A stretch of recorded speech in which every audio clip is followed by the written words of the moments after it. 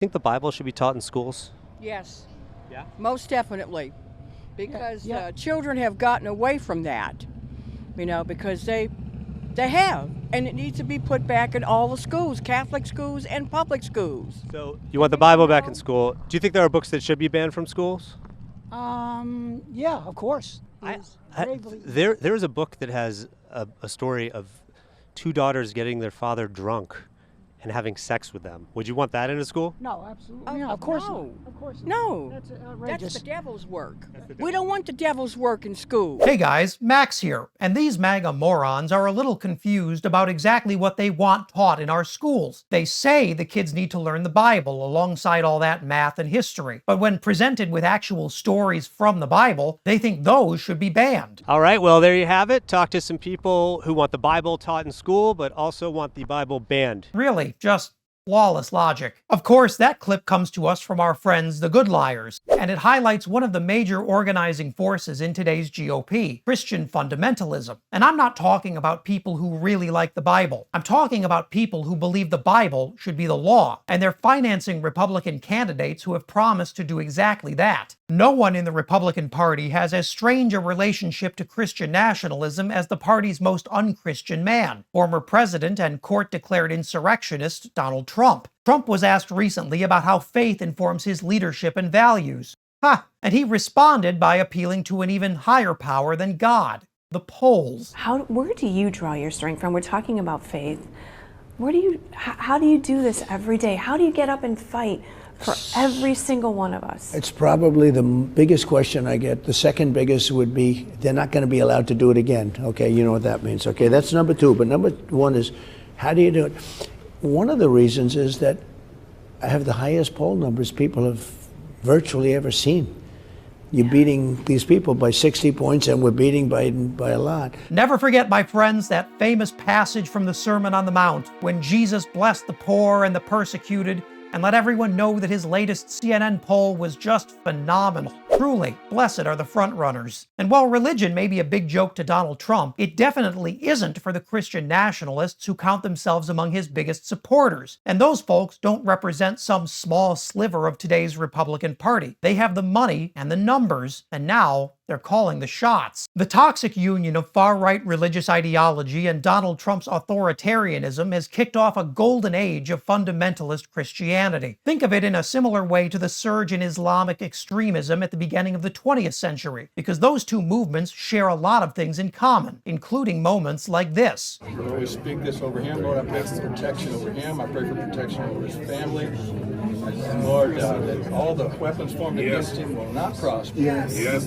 Lord, they will come to nothing, and the traps that have been laid against him. Yes. Lord, the people that laid the traps, they will be caught in their own traps. Yes. So, Father, we thank you now, Lord, for a great favor. And I pray, Lord, that President Trump will trust in you, Yes. not on his understanding, but acknowledge you in all his ways, Lord. These pastors joined Trump backstage before an Iowa rally and offered prayers of strength against the demonic doings of the Democrats. For Christian nationalists, it's especially important to visibly tear down the wall between church and state, and to show that the most powerful man in the Republican Party agrees. And let's be really clear here. None of this stops with just prayer. We're already seeing the mobilization of what's looking like the largest Christian nationalist political operation in American history, and many of those Christian nationalist pastors are now becoming candidates themselves. That's the case for Dusty Devers, and yeah, that is his real name. Devers is a far-right pastor who recently announced that he's running for the Oklahoma State Senate. Among his many policy priorities are cool ideas like making porn a felony, banning divorce, and full-on bringing back the Scarlet Letter. That's the punishment, not the boring book from high school. I want to see pornography abolished. I want to see no-fault divorce come back to at fault in divorce, and even public shaming for those who are at fault in divorce. I want to see abortion abolished.